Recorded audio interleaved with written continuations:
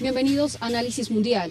La furia de la naturaleza se ha dejado sentir a lo largo y ancho del planeta en los últimos años. Devastadores terremotos, erupciones volcánicas, inundaciones, huracanes y tsunamis y otros acontecimientos han puesto a prueba a la humanidad.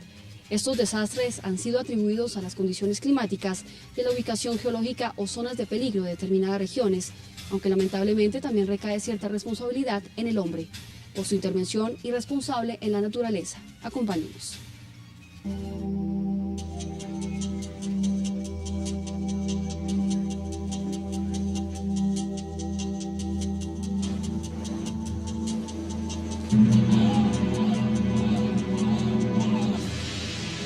Torrenciales lluvias, fuertes vientos, ciudades devastadas y cientos de muertos dejan a su paso huracanes, tifones, terremotos y demás fenómenos naturales que en los últimos años se han intensificado en todo el mundo.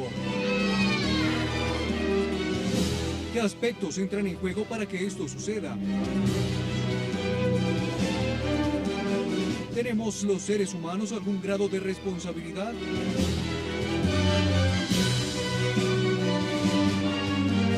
¿Cómo se pueden prevenir estas catástrofes?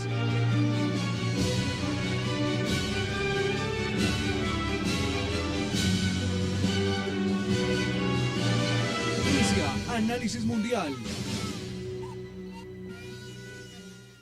Para hablar de estos temas nos acompañan en estudio el meteorólogo Humberto González y el director de Cruz Verde Ambiental Julián Villamizar. Bienvenidos. Muchísimas gracias por aceptar esta invitación. Muchas gracias a ti, Paula. Bueno, señor Humberto, voy a empezar con usted. A raíz de todos estos fenómenos naturales que han venido pasando en los últimos años en el planeta, quisiera que le explicáramos a los televidentes qué es un huracán y cómo se forma un huracán. Bueno, los huracanes son fenómenos naturales que ocurren normalmente en la época de verano y otoño del hemisferio norte, pero también ocurren en el hemisferio sur.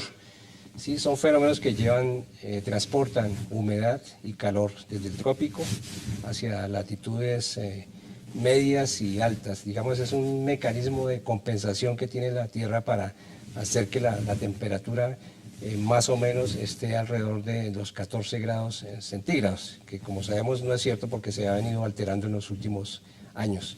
Entonces, ese calor, el calor que arroja el mar, digamos el calor latente del agua, ¿sí?, se transforma en energía cinética. Y esa energía cinética se transforma en esos fenómenos tan violentos como lo son los huracanes, vientos fuertes, oleaje alto, que puede tumbar edificios y sobre todo que puede provocar grandes inundaciones y afectar la vida de muchas personas que viven en las islas y en las zonas costeras. Julián, este tipo de fenómenos naturales, ¿qué incidencia tienen en el medio ambiente? Usted me hablaba ahorita de ventajas, obviamente quisiera que me explicara esas ventajas que tienen este tipo de fenómenos naturales en todo el medio ambiente. Las ventajas que tienen los huracanes frente al sistema, frente al calentamiento de los mares, trata de automáticamente autocircular el sistema para que se genere, para que automáticamente se autorregule el sistema. Ese es el beneficio que tienen los huracanes en estos momentos, que autorregulan el sistema climático de la Tierra. ¿De qué manera, doctor Humberto, este tipo de fenómenos hemos visto que, como le comentaba antes, se han incrementado en los últimos años? ¿Qué ha hecho? ¿Qué aspectos han incidido a que esto suceda en todo el mundo? Lo que se está viendo es que está aumentando la vulnerabilidad de los fenómenos, ¿sí? Hay que entender, de acuerdo con la teoría del riesgo, que no solamente es la amenaza en sí de los fenómenos en realidad no son ni buenos ni malos, ¿sí?, porque siempre se han presentado. Sin embargo, pues hemos ido ocupando cada vez más las costas, la gente quiere vivir a orilla del mar, no conoce el historial de estos fenómenos que se están presentando pues, todos los años. Por eso es muy importante tomar medidas de prevención antes de que ocurran este tipo de fenómenos. Pues una de las medidas es el monitoreo continuo de estos fenómenos. Año tras año los huracanes son vigilados por todos los servicios meteorológicos de los países del Caribe, del Atlántico y alrededor de todo el mundo, porque no solamente se presentan en el Océano Atlántico, sino en muchos mares tropicales donde hay ciertas condiciones especiales, que la temperatura tiene que estar por encima de los 26 grados, que haya un embrión, digamos un nicho de humedad que ayude a formarlo y también que digamos, el sistema se ubique por encima de los 5 grados, que se necesita una rotación, la fuerza de Coriolis. A continuación, algunos de los huracanes más devastadores en el mundo en los últimos años que han cobrado la vida de cientos de miles de personas.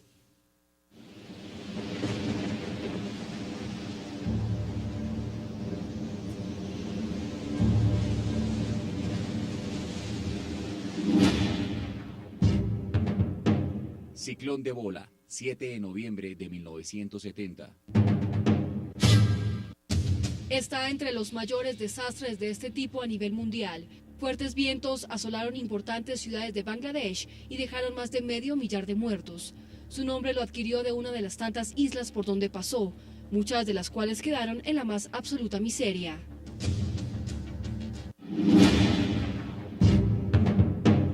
Ciclón Tracy, 25 de diciembre de 1974.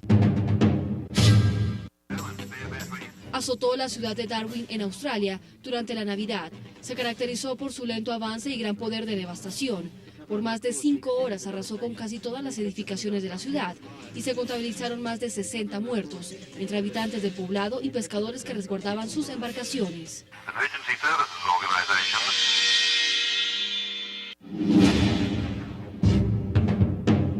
Huracán Gilbert, 8 de septiembre de 1988. Es uno de los más devastadores que han afectado a la costa atlántica norte. Se formó sobre las aguas cálidas del Caribe y tocó tierra firme por primera vez en Jamaica, convertido en un huracán de categoría 4.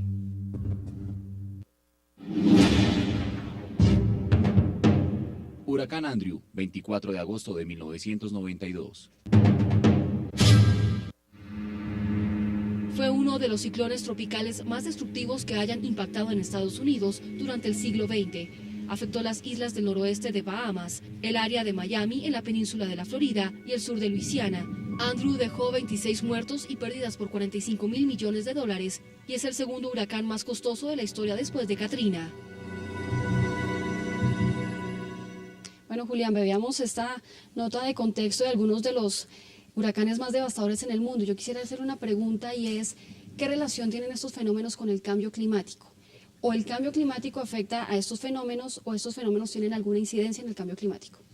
Pues el cambio climático afecta directamente a los huracanes porque se genera un efecto invernadero. El gran efecto invernadero calienta las aguas de los mares, sube el vapor y genera esa clase de sistemas meteorológicos. Señor Humberto, la escala de Saffir-Simpson nos muestra, y le voy a pedir a nuestro equipo de máster que por favor nos muestre la tabla que tenemos para mirar de qué categoría es cada uno de los huracanes, porque vemos que los vientos van variando, obviamente desde que inicia hasta que llegan a un punto. Miremos la tabla, dice que de 119 a 153 kilómetros por hora, es una categoría baja. ¿A qué se debe que estos vientos se vayan intensificando a medida que va viajando de región en región o de país en país? Bueno, el huracán va acumulando en su interior mucha energía cinética, como había explicado anteriormente, alrededor de una parte central. A medida que el sistema se va desarrollando, pues los vientos son mucho más fuertes en los niveles inferiores de la atmósfera, y hay una circulación digamos, contraria a las manecillas del reloj, ¿sí? En la parte superior es totalmente diferente, la circulación va del centro hacia afuera, y es lo que uno ve en las imágenes satelitales, ¿no? Ve uno como la especie de una cabellera que va saliendo del centro hacia afuera, ¿sí?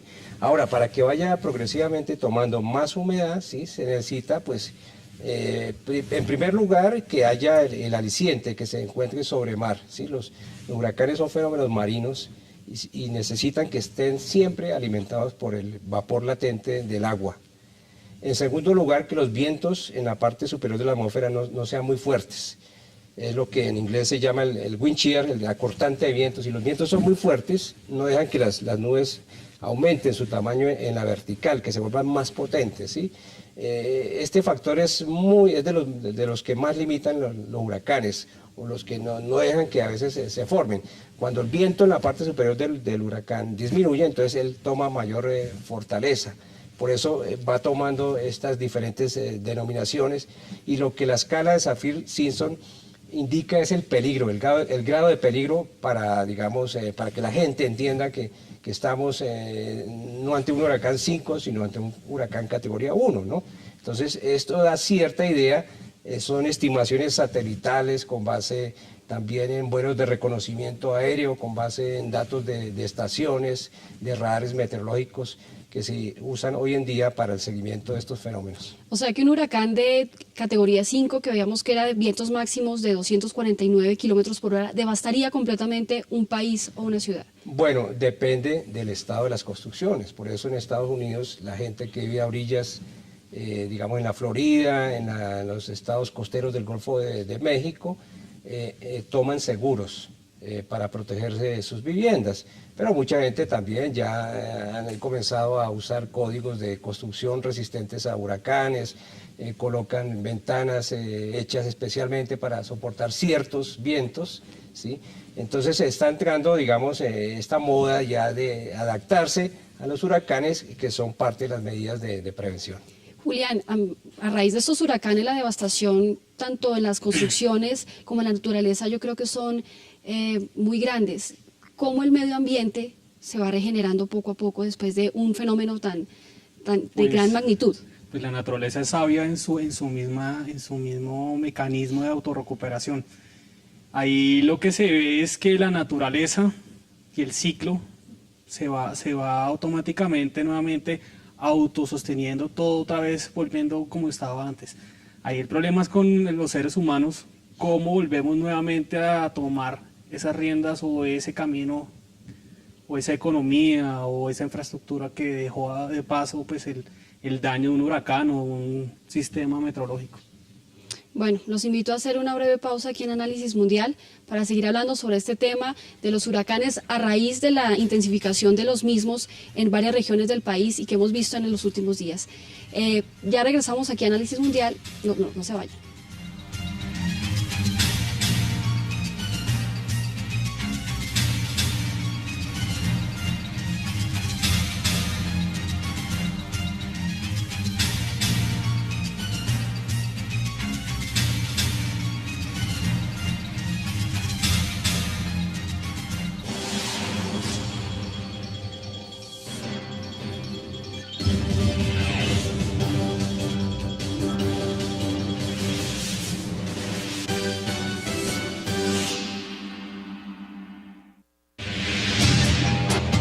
Asesinó 4 candidatos presidenciales, miles de policías, de jueces, de periodistas. No se pierda los próximos 1 y 2 de septiembre a las 10 de la noche. Yo soy cómplice directo de la muerte del doctor Luis Carlos Galán. Los crímenes de Pablo Escobar. La historia contada por sus protagonistas. Pablo Escobar 70, 80 muertos, 40, 30, 20. Pablo Escobar era brutal. Solo por Cable Noticias.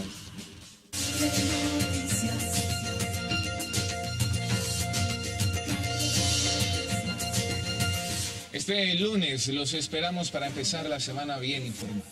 La cita es a las 6 de la mañana aquí en Cable Noticias en la mañana. Nos vemos.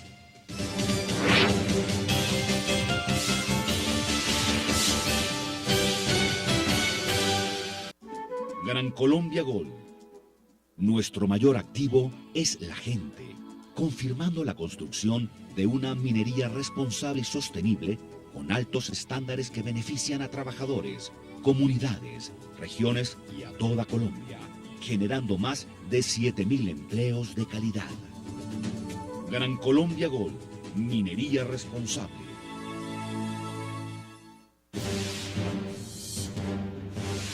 8 barras de pentolita, las cuales también iban a ser activadas al paso de una patrulla militar, básicamente, que son los que normalmente transitan por este sitio. Estamos en alerta máxima en todo el departamento, de ahí pues los resultados que hemos venido teniendo con los operativos contra las diferentes estructuras especialmente las FARC.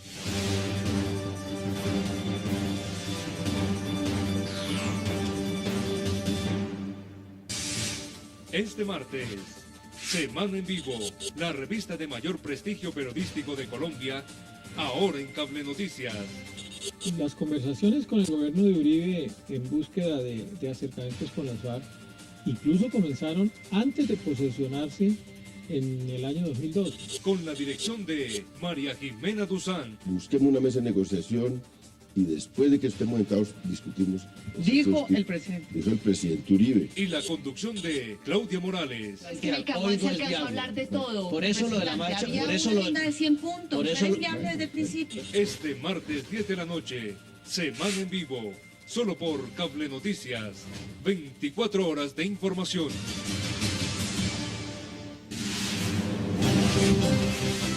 Regresamos con Análisis Mundial.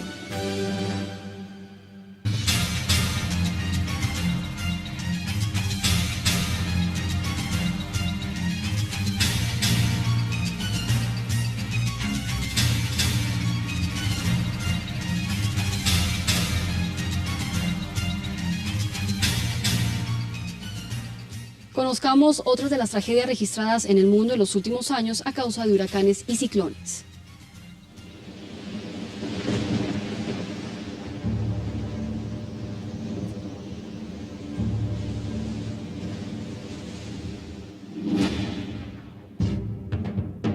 Huracán Mitch, 22 de octubre de 1998. Está catalogado como uno de los huracanes más violentos del último siglo. Se formó al sur de Jamaica y alcanzó vientos de casi 300 kilómetros por hora. Devastó extensas zonas de varios países centroamericanos, principalmente Honduras, Nicaragua, Guatemala y El Salvador, dejando a su paso más de 10.000 muertos. Huracán Katrina, 29 de agosto de 2005. Azotó el sur y centro de Estados Unidos. A pesar de ubicarse tan solo en el 6º lugar de los huracanes más violentos de los que se tenga registro, es considerado uno de los más mortíferos y costosos de Norteamérica. 1.800 personas murieron a causa de este fenómeno y casi 80.000 millones de dólares fue el total de los gastos en reparaciones. Además, pasó a la historia como el mayor desastre natural en décadas.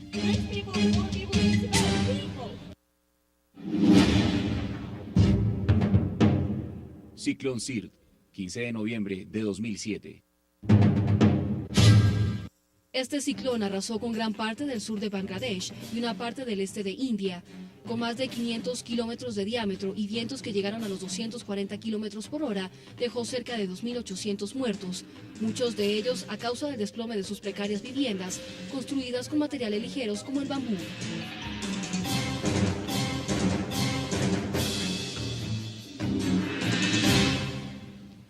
Bueno, veíamos allá el huracán Katrina, que es considerado como uno de los huracanes más devastadores en la historia del mundo. ¿Qué hizo que este huracán sea considerado como tal?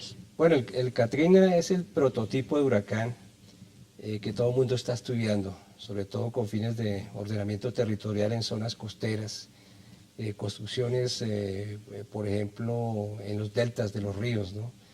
Este huracán pues se está estudiando en todas las universidades del mundo donde se analizan los temas ambientales. ¿Por qué?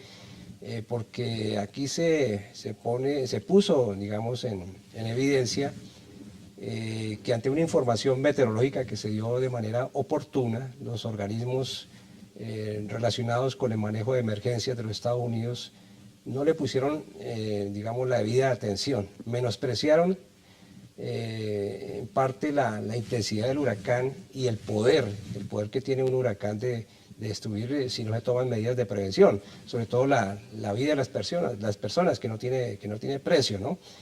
El huracán Katrina, a raíz del huracán Katrina, pues a raíz de todos estos estudios que se han hecho, llegó a la conclusión de que es necesario que los servicios meteorológicos de una parte y los servicios de prevención, de gestión del riesgo, ¿sí?, se unan, estén cuando se da una alerta o un aviso de huracán, compartan información, porque los huracanes son dinámicos, ¿sí? La información cada 6 horas hay que estarla siguiendo, no cada día, ¿sí? Como mucha gente pretende pensar que estos fenómenos son estáticos, ellos son dinámicos, los huracanes a veces aumentan su velocidad, a veces la bajan, se detienen, se pueden parar, como el caso de Mitch. Entonces Katrina, con ese saldo de muertes tan impresionante en un país desarrollado, ¿sí?, indicó de que la prevención es asunto de todos, de los países tanto avanzados como los países menos avanzados, y los ricos y los pobres. Todos tenemos que poner nuestro... Ahí voy, Julián. ¿Cuál debe ser el papel que deben desempeñar los gobiernos, ya sea de un país desarrollado o un país subdesarrollado, para evitar este tipo de tragedias que no lleguen a tantos muertos? Esa temática fue puesta en las mesas de diálogo ahorita en una conferencia de Río +20, de la participación que tenían los gobiernos frente a la prevención de daños y efectos meteorológicos que puedan afectar la economía, afectar la infraestructura y toda la parte humana.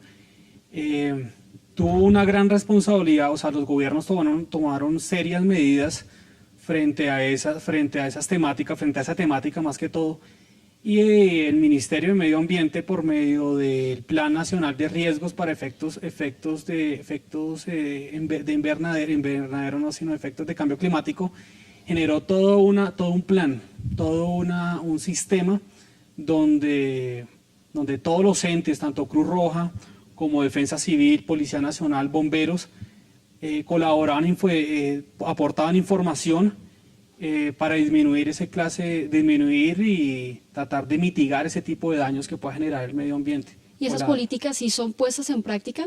Hasta ahora se están implementando, porque lamentablemente como cada ente es independiente y no les gusta compartir información, entonces tenemos ese problema, todos por gestión. Señor Humberto, ¿cuáles son las regiones más propensas a sufrir este tipo de fenómenos naturales? Bueno, en el caso colombiano, sí, hay dos zonas que pueden recibir impacto directo, y de hecho hemos tenido eventos en el pasado que han ocurrido.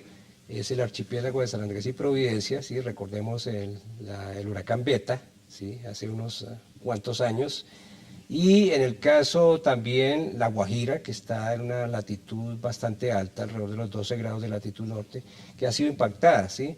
Allí cruzó la tormenta tropical Joan, ¿sí? También hace unos años, y esto nos indica que esos dos sectores son los que pueden recibir impacto directo de este tipo de ciclones tropicales, ¿no? Otras regiones de Colombia, el norte de Colombia, pues puede verse afectada de manera indirecta, en forma de lluvias, de pronto algunos vendavales que se producen de manera indirecta, pero digamos ya el centro del territorio nacional no es afectado por ciclones tropicales, ¿sí? Los ciclones tropicales son fenómenos marinos.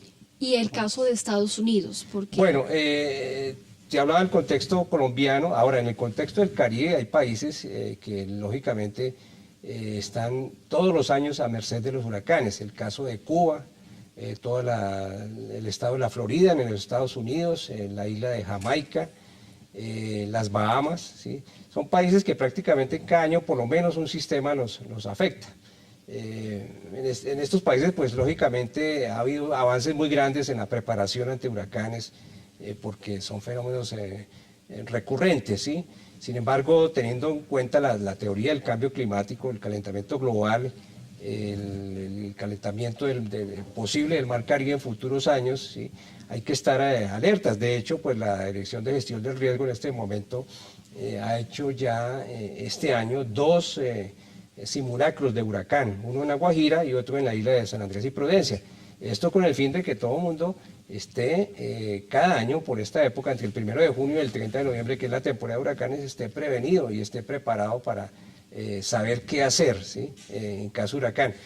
Yo quería agregar un detalle. Es importante que los gobiernos se preparen, ¿sí? Los sistemas de emergencias, pero también todo el mundo debe tener su plan de evacuación. A eso voy a un momentico, Julián. Yo le iba a hacer otra pregunta, y es, en cuanto al cambio climático, ¿cuáles son las regiones que están en estos momentos más vulnerables a ese tipo de efectos negativos? Porque creemos que hay unas regiones que podrían sufrir mucho más pronto este tipo de efectos y otras a futuro. ¿Cuáles son esas regiones? Las regiones, por lo menos la región Caribe, la zona Caribe, lo que tiene que ver con Barranquilla, ha sido, como hemos visto ahorita en las noticias, ahorita en Puerto Colombia, automáticamente el mar está recuperando nuevamente todas las playas, ¿sí? Se ha afectado esa parte costera, la parte Caribe esa. Y en la parte del Pacífico hemos visto que lo que tiene que ver con Nariño, se han visto bastantes chubascos, bastantes tormentas y esas son más que todo las dos zonas, o sea, son las dos puntas que se ven afectadas por ese tipo de cambio climático y por ese tipo de sistemas meteorológicos, son los huracanes. ¿Colombia está propensa a este tipo de fenómenos o son fenómenos que van a pasar muy levemente? Bueno, yo diría que no solamente Colombia, todo el mundo, todos los países, los avanzados, los menos avanzados, estamos viendo cosas muy interesantes en el sentido que son amenazadoras. Por ejemplo, el problema del descongelamiento del océano Ártico, ¿sí? Cada vez es más grande, y este descongelamiento pues está incidiendo en que el nivel del mar comience a subir. ¿Sí? Tarde o temprano todos nos veremos afectados porque el descongelamiento del Ártico y el Antártico también va a incidir en unos cambios en la temperatura. Al cambiar la temperatura van a cambiar los sistemas, digamos los regímenes de lluvia. Cambian los regímenes de lluvia, esto va a impactar en toda la cobertura vegetal, en los cultivos. Los ciclos de los cultivos se están desplazando, se están moviendo y esto puede poner en aprietos a la humanidad, digamos, nos puede poner frente a una crisis alimentaria muy profunda, digamos, en próximos años. Mucha gente piensa que esto puede ser cuestión de 50 años, no, esto ya está cerca, estamos viendo cómo estos fenómenos del Niño y la Niña están provocándonos estos cambios de clima tan graves, tan fuertes, no solamente a los humanos, a los vegetales, y resulta que para poder subsistir pues necesitamos el recurso agua, pero también necesitamos los alimentos. Julián, brevemente, ¿cuál debe ser la acción del hombre para contribuir a que este tipo de fenómenos o del cambio climático pare un poco? Por la parte general, educación ambiental sobre todo. Vale, a ustedes dos muchísimas gracias por haber aceptado esta invitación y recuerden escribirnos a nuestro correo analisismundial1@gmail.com. También a través de la página Cable Noticias en Facebook encuentran nuestro perfil Análisis Mundial y en Twitter @analisismuntv y opinen. Les acompañó Paula Alejandra Jiménez Correa. Hasta pronto.